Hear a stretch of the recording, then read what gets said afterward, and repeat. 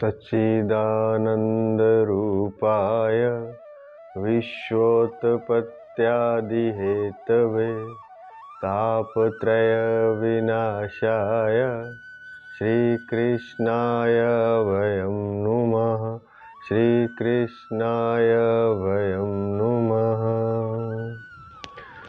भक्तवांछा कल्पतरु शरणागत वत्सल भक्त वत्सल भगवान श्री कृष्ण और उनके साक्षात स्वरूप श्री मद्भागवत महापुराण के चरणों में प्रणाम करते हुए साथ ही साथ दिव्य विभूतियों श्री गणेश जी, हनुमान जी, नारद जी, सनकादि ऋषियों, व्यास जी, सुखदेव जी, माँ सरस्वती सभी को प्रणाम करते हुए और सभी से प्रार्थना कि वे हमारे माध्यम से कथा का संचार प्रसार भक्तजनों के हृदयों में, रसिक जनों के हृदयों में, प्रेमी जनों के हृदयों में करें। पिछले प्रवचन में प्रथम स्कंध पूर्ण हो गया था, जिसमें राजा परीक्षित ने जब सुखदेव मुनि पधारे तो उनसे पूछा कि किसका ध्यान, किसका जप, किसका स्मरण करना चाहिए और क्या नहीं करना चाहिए। उस प्रश्न का उत्तर द्वितीय स्कंध से शुरू होता है और पूर्ण भागवत पर्यंत चलता है, क्योंकि इसी प्रश्न का उत्तर अनेक विधियों से, अनेक इतिहासों से, अनेक कहानियों के माध्यम से, अनेक युक्तियों से इसी प्रश्न के उत्तर को बार बार बताया गया है कि मनुष्य को क्या करना चाहिए। किस मनुष्य को? जिसकी मृत्यु निकट है। मृत्यु किसकी निकट है? ऐसा नहीं कि जो बूढ़ा है उसकी मृत्यु निकट है, हम सबकी मृत्यु निकट है। हरि ओम तत्सत। श्री गणेशाय नमः। श्रीमद्भागवत महापुराणम द्वितीय स्कंदः अथ प्रथमोऽध्यायः। ध्यान विधि और भगवान के विराट स्वरूप का वर्णन इस प्रथम अध्याय, द्वितीय स्कंद के प्रथम अध्याय का विषय है। ध्यान विधि और भगवान के विराट स्वरूप का वर्णन।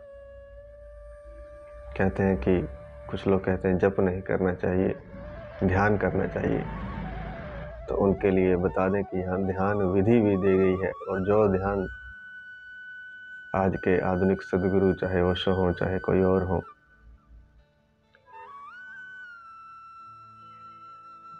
जो वो ध्यान सिखाते हैं उससे भी अत्याधुनिक ध्यान इसमें दिया गया है। वह तो अधूरा है, इसमें पूर्णतया बताया गया है, पूर्ण विधि बताई गई है ध्यान की कि कैसे करना है। और साथ ही साथ विराट भगवान के विराट स्वरूप का वर्णन इस द्वितीय स्कंद के प्रथम अध्याय में है। तो शुरू करते हैं। ओम नमो भगवते वासुदेवाय। सुखदेव जी ने राजा परीक्षित से कहा कि तुम्हारा यह प्रश्न जो कि तुमने लोक हित के लिए पूछा है, यह बड़ा ही उत्तम है। और जो आत्मज्ञानी पुरुष होते हैं वह ऐसा प्रश्न सुनकर बड़े प्रसन्न होते हैं, क्योंकि ऐसे ही आत्मलाभ के प्रश्न के लिए वे उत्तर देना चाहते हैं। तो आपका जो प्रश्न है कि किसकी बात सुननी चाहिए, किन बातों का स्मरण करना चाहिए और कीर्तन किसका करना चाहिए, उन सब में यह आपका प्रश्न श्रेष्ठ है। हे राजेंद्र, जो गृहस्थी पुरुष हैं, जो गृहस्थ में रहते हैं, उनके लिए बहुत सी बातें विचारने की होती हैं, कहने सुनने की होती हैं, बहुत कुछ उन्हें करना पड़ता है संसारिक संबंधों को निभाने के लिए, गृहस्थ धर्म को निभाने के लिए। तो वे आत्मचिंतन का कभी, आत्मलाभ का कभी चिंतन ही नहीं कर पाते। वे इतने उलझे रहते हैं संसारिक कार्यों में। इसलिए वे तो बहुत सी बातें गृहस्थ लोग सुनते रहते हैं, लेकिन वे सारी निरर्थक सी हैं। वे कहते सुनते भी हैं, क्रिया भी करते हैं, लेकिन जो तुमने पूछा है, जो आपने पूछा है, वह सर्वश्रेष्ठ है कि किस मनुष्यों को किसकी बातों को सुनना चाहिए, किन बातों को सुनना चाहिए, किसका स्मरण करना चाहिए, किन बातों का स्मरण करना चाहिए, किसका कीर्तन करना चाहिए, यह जो प्रश्न है, यह जो गृहस्थ के लोग करते हैं, इधर उधर की बातें, राजनीति की, अन्य संसार को चलाने की, धन कमाने की जो बातें सुनते रहते हैं, करते रहते हैं, उन सबसे श्रेष्ठ है। और जो गृहस्थ लोग धन कमाना आदि, रिश्ते निभाना और संसार के क्रियाकलापों में उलझे रहना, तो उस उलझन के कारण उन्हें आत्म लाभ का, आत्म ज्ञान का अवसर ही नहीं मिलता। वे सोच ही नहीं पाते कि हमें जो मनुष्य जन्म मिला है वह आत्मज्ञान के लिए मिला है।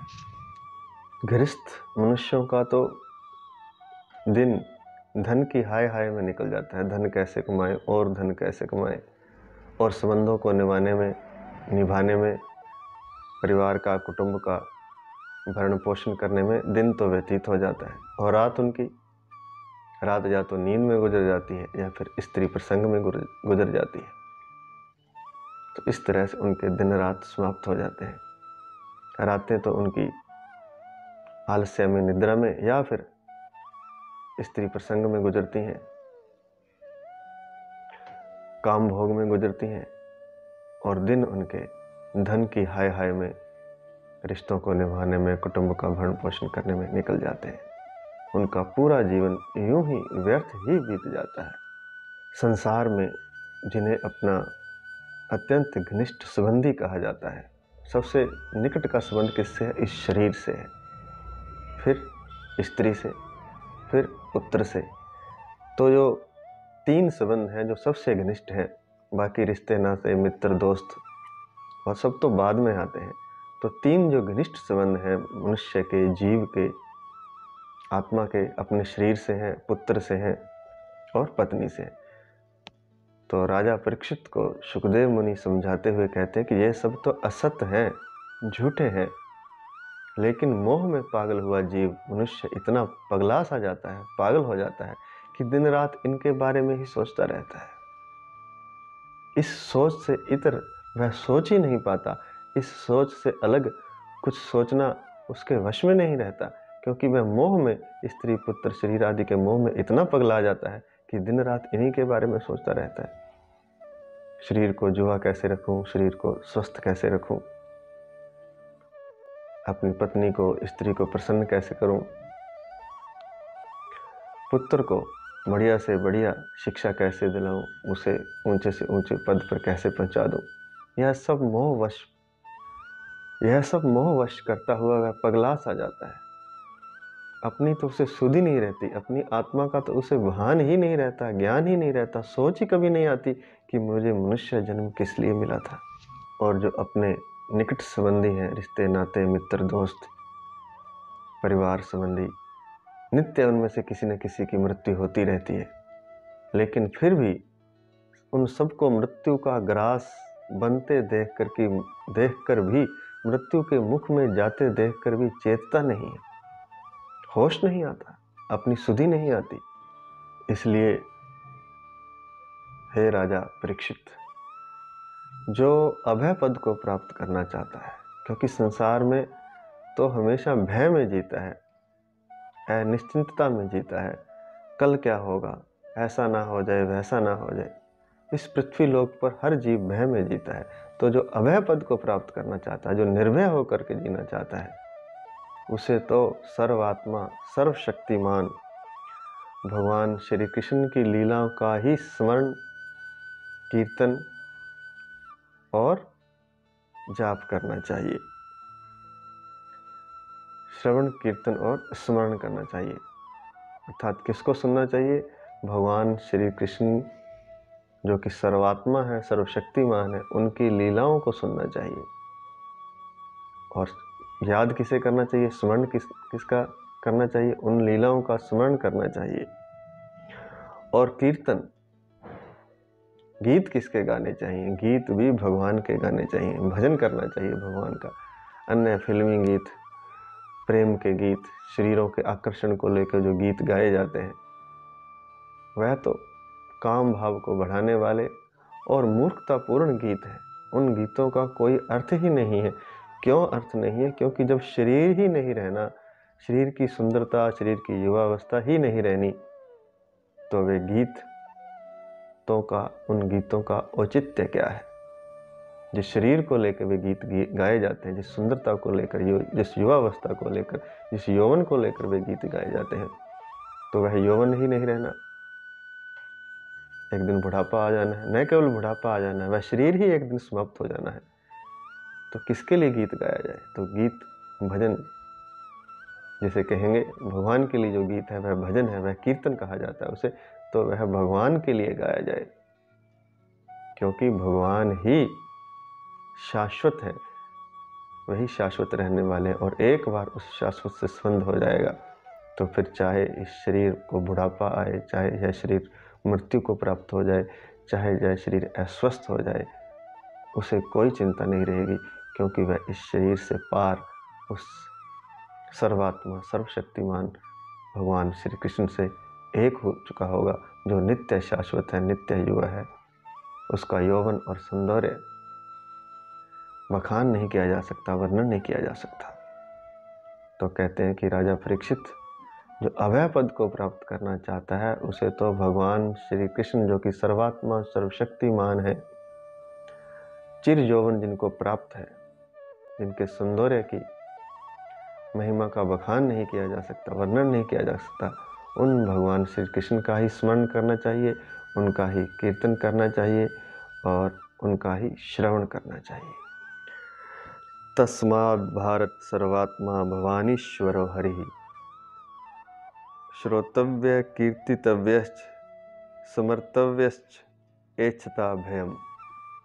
अर्थात जो अभय पद को प्राप्त होना चाहता है, उसे सर्वात्मा, सर्वेश्वर, सर्वशक्तिमान भगवान श्री कृष्ण की लीलाओं का कीर्तन, उनका स्मरण और उनका श्रवण करना चाहिए। मनुष्य जन्म का इतना ही लाभ है कि जिस तरह से भी हो, चाहे ज्ञान से हो, चाहे भक्ति से हो, चाहे अपने धर्म की निष्ठा से हो, क्योंकि धर्म की निष्ठा से भी भगवान की प्राप्ति होती है। अपने धर्म का सही सही पालन करने से भी भगवान की प्राप्ति होती है। तो चाहे ज्ञान से, चाहे भक्ति से, चाहे अपने धर्म की निष्ठा से, कैसे भी हो, भगवान का स्मरण करना चाहिए, ताकि अंत समय में जब मृत्यु आए, मृत्यु का क्षण आए, अंत समय में भगवान की याद बनी रहे। क्योंकि अगर अंत समय में भगवान की याद बनी रहती है तो वह वैकुंठ लोक को, भगवान के लोक को प्राप्त होता है। एक बहुत ही महत्वपूर्ण बात कह रहे हैं कि जो निर्गुण स्वरूप में स्थित हो गए हैं, जो ऋषि मुनि महात्मा, और जो विधि निषेध की मर्यादा को लांघ चुके हैं, जब साधक या आम मनुष्य, उसके लिए कुछ विधि निषेध शास्त्रों द्वारा, संत महात्मा द्वारा निर्धारित किए गए हैं कि मनुष्य को इस जीवन में धर्म का पालन करने के लिए किन किन कार्यों को करना चाहिए और किन किन कार्यों को नहीं करना चाहिए। तो विधि और निषेध बताया गया है शास्त्रों में। सभी को लगभग पता ही है, जो भारत में रहते हैं, कि उनका क्या कर्तव्य है, क्षत्रिय का, वर्णाश्रम का क्या कर्तव्य है, और अपने गृहस्थ आश्रम का क्या कर्तव्य है, ब्रह्मचर्य आश्रम का, वानप्रस्थ का, संन्यास आश्रम का, सब कर्तव्य शास्त्रों में बताए गए हैं। गृहस्थ आश्रम में परिवार का पालन करना है, धन कमाना है और धर्म पर चलते हुए परिवार का पालन करना है। ब्रह्मचर्य आश्रम में शिक्षा ग्रहण करनी है। क्षत्रिय को युद्ध लड़ना है, देश की रक्षा करनी है। ब्राह्मण को पढ़ाना है, पढ़ाई करवानी है, शिक्षा देनी है। इसी प्रकार सभी के धर्म आदि, सभी के विधि निषेध तय किए गए हैं। तो जो ऋषि मुनि इस विधि निषेध से आगे निकल चुके हैं, अर्थात जो निर्गुण में स्थित हो गए हैं, जिन्हें आत्म साक्षात्कार हो चुका है, जो एनलाइटेंड हो चुके हैं, जो प्रकाशित हो चुके हैं, जो आत्मज्ञान में स्थित हो चुके हैं, जो निर्गुण में स्थित हो चुके हैं, वे ऋषि मुनि महात्मा भी भगवान के गुण गणों का वर्णन करते रहते हैं। यह बात विशेष तौर से यहाँ पर लिखी है कि बड़े बड़े ऋषि मुनि भी प्राय भगवान के अनंत कल्याण में गुण गणों के वर्णन में रमे रहते हैं। क्यों? क्योंकि यह आत्म साक्षात्कार से ऊपर की बात है। आत्म साक्षात्कार, जिसे एनलाइटनमेंट कहा जाता है, वह तो एक तरह से निरस है, शून्य है वहाँ, जैसे बुद्ध ने कहा शून्य। लेकिन जो भगवान के गुणों का कीर्तन है, भगवान के नाम का जो जप है, वह रस को देने वाला है, उसी को तो भक्ति का है। तो कुछ अज्ञानी लोग कहते हैं कि एनलाइटनमेंट जो है, जो आत्मज्ञान है, वो सर्वोपरि है। आत्मज्ञान सर्वोपरि नहीं है, यहाँ स्पष्ट लिखा है। जिन्हें आत्मज्ञान हो चुका है, जो निर्गुण स्थिति में स्थित हो चुके हैं, वे भी भगवान के कल्याण में गुण गणों का निरंतर वर्णन करते हुए, जाप करते हुए उसमें रमे रहते हैं, उस रस का पान करते रहते हैं। यही तो भक्ति है, प्रेम ही तो भक्ति है। खाली प्रकाशित हो जाना, शून्य में स्थित हो जाना ही तो ज्ञान तो है, लेकिन ज्ञान अधूरा है जब तक उसमें भक्ति नहीं है। इसलिए लिखा है, ऋषि मुनि संत महात्मा जो निर्गुण में स्थित हो चुके हैं, वे भगवान के कल्याण में गुण गणों का निरंतर वर्णन करते हुए, जाप करते हुए उसमें रमे रहते हैं। आगे सुखदेव मुनि जी अपने बारे में बताते हुए कहते हैं कि मैंने द्वापर के अंत में इस भगवत स्वरूप वेद तुल्य श्रीमद् भागवत नामक महापुराण का अपने पिता श्री कृष्ण द्वैपायन से अध्ययन किया था, उनसे मैंने सीखा था। अब दो उपमाएं दी गई हैं श्रीमद् भागवत की यहाँ। एक तो भगवत स्वरूप, अर्थात यह भगवान का ही स्वरूप है, भगवान श्री कृष्ण का साक्षात स्वरूप श्रीमद् भागवत महापुराण है। इसके दर्शन से, इसके श्रवण से समझिए कि भगवान श्री कृष्ण का ही दर्शन और श्रवण हो रहा है, उनको ही देख रहे हैं, उनकी वाणी ही सुन रहे हैं। जब इसे हम सुन रहे हैं तो हम श्री कृष्ण की वाणी सुन रहे हैं। और क्या कहा, वेद तुल्य, वेदों के तुल्य है यह श्रीमद् भागवत पुराण, वेदों का सार है इसमें, इसलिए यह भगवत स्वरूप भी है और वेद तुल्य भी है। और इसका अध्ययन सुखदेव मुनि जी ने द्वापर के अंत में अपने पिता श्री कृष्ण द्वैपायन व्यास देव जी से इसका अध्ययन उन्होंने किया, जिन्हें श्री कृष्ण द्वैपायन नाम से भी जाना जाता है। और कहते हैं कि मेरी निर्गुण स्वरूप में पूर्ण आस्था है। ऐसा नहीं है कि मैं जो आत्मज्ञान है, आत्म साक्षात्कार है, उसमें मेरी श्रद्धा नहीं है या उसे मैं मानता नहीं हूँ। उस निर्गुण स्वरूप में मेरी पूर्ण आस्था है, निर्गुण स्वरूप परमात्मा में पूर्ण निष्ठा है, क्योंकि सुखदेव मुनि जी पूर्ण रूप से उस निर्गुण स्वरूप में स्थित हैं। वे आत्मज्ञान को, आत्मलाभ को प्राप्त कर चुके हैं, उसमें पूर्ण निष्ठा। लेकिन आत्मज्ञान के बाद भी जब वे एकांत में चले गए थे, घर छोड़ करके, और उस शून्य में भी स्थित रहते थे, वे समाधि में रहते थे, हमेशा जंगल में चले गए थे, वन में चले गए थे, तब जब पिता ने अपने पुत्र को बुलाना चाहा तो वे नहीं आए, तब व्यास देव जी ने अपने शिष्यों को भेजा, भागवत के कुछ श्लोकों का उन्होंने सुखदेव मुनि जी के पास जाकर के, जहाँ वे जंगल में तपस्या कर रहे थे, समाधि में बैठे थे, एक रस उस आत्मज्ञान में लीन थे, निर्गुण स्वरूप में लीन थे, तब व्यास देव जी के शिष्यों ने भागवत के कुछ श्लोकों का उच्चारण किया, उसका गायन किया, और उनका गायन इतना मधुर था, वे श्लोक इतने मधुर थे। भगवान श्री कृष्ण की लीलाओं का जब उन्होंने गायन किया, भगवान श्री कृष्ण की लीलाओं के श्लोकों का जब व्यास देव जी के शिष्यों ने गायन किया, तो उस मधुर गायन को सुनकर के उन लीलाओं की मधुरता को सुनकर, भगवान श्री कृष्ण की लीलाओं की मधुरता को सुनकर के उनकी समाधि भंग हो गई, या कहें उनकी समाधि से भी अधिक उन्हें उन लीलाओं में, उन श्लोकों में आनंद आने लगा। उस आनंद के कारण वे उठ खड़े हुए और जहाँ से वह ध्वनि आ रही थी वहाँ पहुँचे, और तब उन्होंने पूछा कि ये श्लोक कहाँ से गा रहे हो आप, किस शास्त्र के हैं और किसने आपको बताया। तब उन्होंने कहा कि यह हमारे गुरु जी हैं व्यास देव जी, उन्होंने एक ग्रंथ लिखा है श्रीमद् भागवत महापुराण, उसी ग्रंथ के ये श्लोक हैं। तब वे अपने पिता के पास आए। बाद में पता चला कि वे तो उनके पिता ही हैं, क्योंकि वे तो जन्म लेते ही, जैसे ही जन्म लिया तभी वे 16 वर्ष के होकर के तुरंत उनकी आयु 16 वर्ष की हो गई थी और उसी समय में वन में चले गए थे।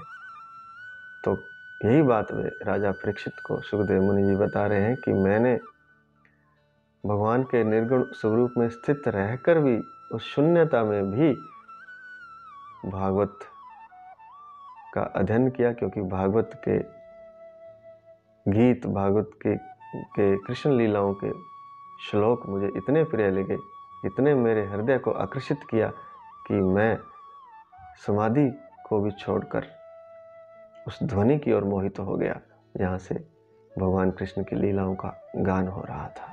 तब उन्होंने अपने पिता के पास जाकर, व्यासदेव जी के पास जाकर सुखदेव जी ने कहा कि यह पूरा ग्रंथ, पूरे श्लोक मुझे कंठस्थ करवाइए, मुझे अध्ययन करवाइए। तब व्यासदेव जी ने भागवत का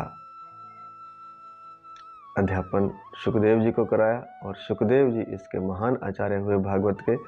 तो यही भागवत अब राजा परीक्षित को सुखदेव जी सुनाने जा रहे हैं। सुखदेव मुनि जी कहते हैं कि राजा परीक्षित, तुम भगवान के भक्त हो, तुम्हें भगवान से प्रेम है, इसलिए यह जो भागवत कथा है वह मैं तुम्हें अवश्य सुनाऊंगा, क्योंकि तुम भगवान के परम भक्त हो। और इस कथा को सुनने से, इस भगवत पुराण को सुनने से जिनकी चित्तवृत्ति शुद्ध है, जिनकी इस भगवत पुराण के प्रति श्रद्धा है, जब श्रद्धा युक्त लोग, श्रद्धा युक्त भक्त भगवान के लीलाओं की कथा जो कि श्रीमद् भागवत महापुराण है उसको जब सुनते हैं तो उनका भगवान श्री कृष्ण के चरणों में चित्त एकाग्र हो जाता है, क्योंकि उनके हृदय में प्रेम उत्पन्न हो जाता है इस भागवत को सुनते सुनते, और उनका चित्त, उनकी बुद्धि, उनका हृदय भगवान के चरणों में लग जाता है। यह आसान सा तरीका है भगवान श्री कृष्ण को पाने का, परमात्मा को पाने का।